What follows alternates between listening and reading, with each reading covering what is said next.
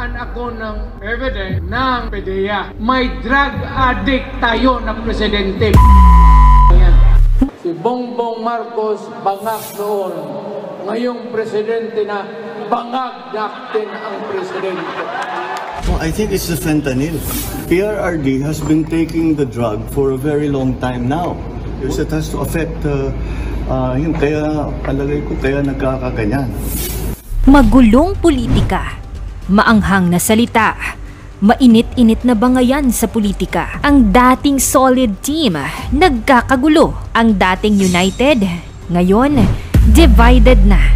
Ano na kaya ang nangyayari sa dating Marcos Duterte Uniteam? Ito na kaya ang simula ng pagkakabuwag ng dating magkakampi? Nagbitaw ng maanghang na salita ang dating president na si Rodrigo Duterte laban kay President Bongbong Marcos. Pinangunahan ng pamilyang Duterte ang anti-charter change prayer rally sa Davao City noong January 28, 2024. Dito, inilabas ni Duterte ang mga komento laban kay Marcos. Anya, tutol ito sa pagpapatupad ng charter change sa Pilipinas. Nagpaulan ng maraming atake si Duterte. Isa sa pinakamainit na komento nito, ang pagiging drug addict umano ng presidente. Si Bongbong Marcos bangag noon. Ngayong presidente na bangag natin ang presidente. May drug addict tayo na presidente.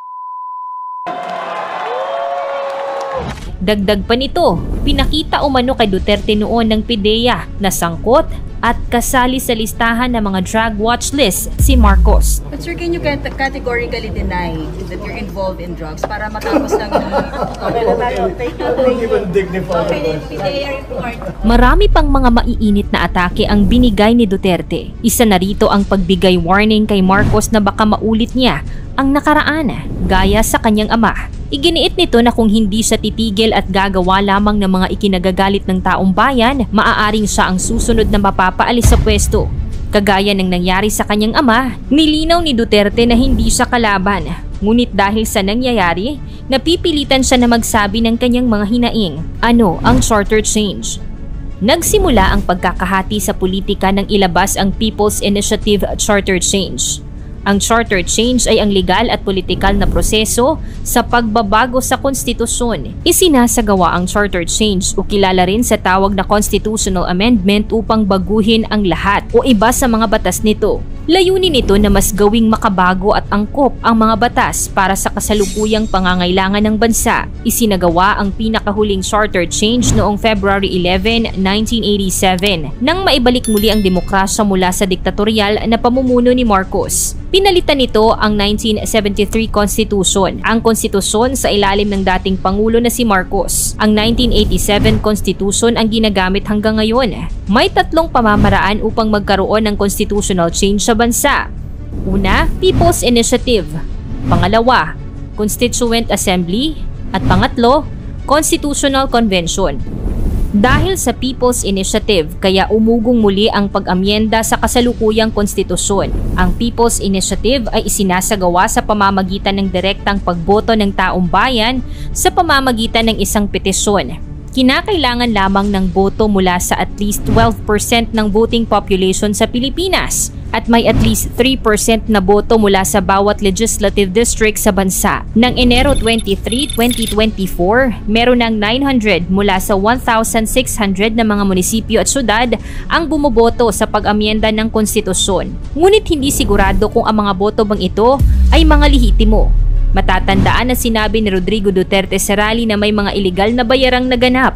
Maaaring nagkaroon ng mga ilegal na pagbabayad boto para lamang maisatupad ang charter change gamit ang People's Initiative.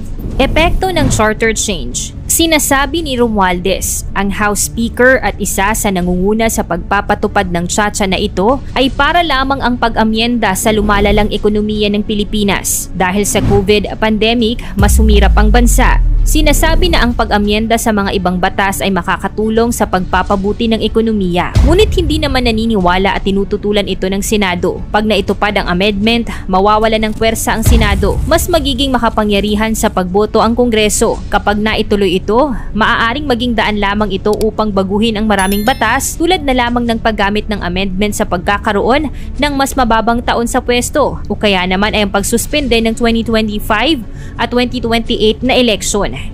Kapag naipasa ito, mas maaabuso ang kapangyarihan ng mga nasa itaas. Komento ni Marcos. Nagbigay na din ng mensahe si President Marcos sa mga binitawang maanghang na salita ni Duterte. Ayon sa interview, sinabi lamang nito na dahil sa masamang epekto ng gamot, kaya nasabi ni Duterte ang mga patutsada laban sa kanya. Sinabi ni Marcos na 5 hanggang 6 na taon nang umiinom ng fentanyl o painkiller si Duterte, kaya maaaring naging addict na din umano sa gamot. Well, I think it's the fentanyl.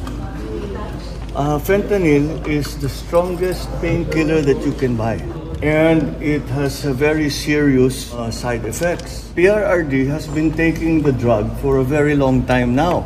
Kaya palagay ko kaya nagkakaganyan.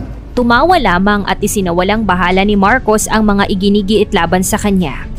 Emmy Marcos, dumalo sa Anti-Charter Change Rally. Nakita rin na dumalo si Emmy Marcos sa Anti-Charter Change Rally sa Davao City. Maaaring ipinapahayag din ito ang pagtutol sa kanyang presidenteng kapatid. Ayon kay Escudero, sa isang interview, 98% hanggang 99% siyang sigurado na mabubuwag na ang nasabing UNITEAM dahil sa kabi-kabilang kaguluhan at initan. Nagsalita din sa rally sina Baste Duterte. Dito, sinabi ang pagkadismaya nito kay Marcos dahil sa umano sa pagpayag nitong pagpapapasok ng ICC sa Pilipinas. Ang International Criminal Court ay ang tumutugis at umiimbestiga sa kanyang ama na si Duterte. Dahil sa isinasagawa noong war on drugs sa ilalim ng rehimen nito, inalala nito at sinabing utang umano ng mga Marcos sa mga Duterte kung bakit nailibing sa libingan ng mga bayani ang kanilang ama. Sinabi sa rally kung gaano kawalang prinsipyo at mga mukhang pera ang mga tao sa Kongreso. Sinabi din na ang lumason at nag-impluwensya kay Marcos tungkol sa pagpapatupad ng charter change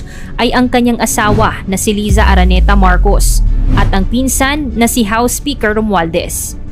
Mahigit 500,000 ang dumalo sa nasabing rally. Nagbigay panawagan si Digong sa Armed Forces of the Philippines na dapat protektahan nila ang konstitusyon at ang Pilipinas. Dahil ito ang kanilang trabaho. Kabi-kabilang labanan at girian sa magulong politika. Ngunit isa lang naman ang talo, ang mga Pilipino, kung sana ay tinuon na lamang sa mga mahihirap at mas napapanahong mga isyu sa bansa. Mas nagiging maayos sanang sitwasyon. Ang sigaw ng taong bayan ay ang maayos na pamumuno. Ikaw, ano ang tingin mo sa epekto ng charter change? Sang-ayon ka ba o hindi? I-komento mo naman ito sa ibaba. Paki-like ang ating video at i-share mo na rin sa iba. Maraming salamat at God bless.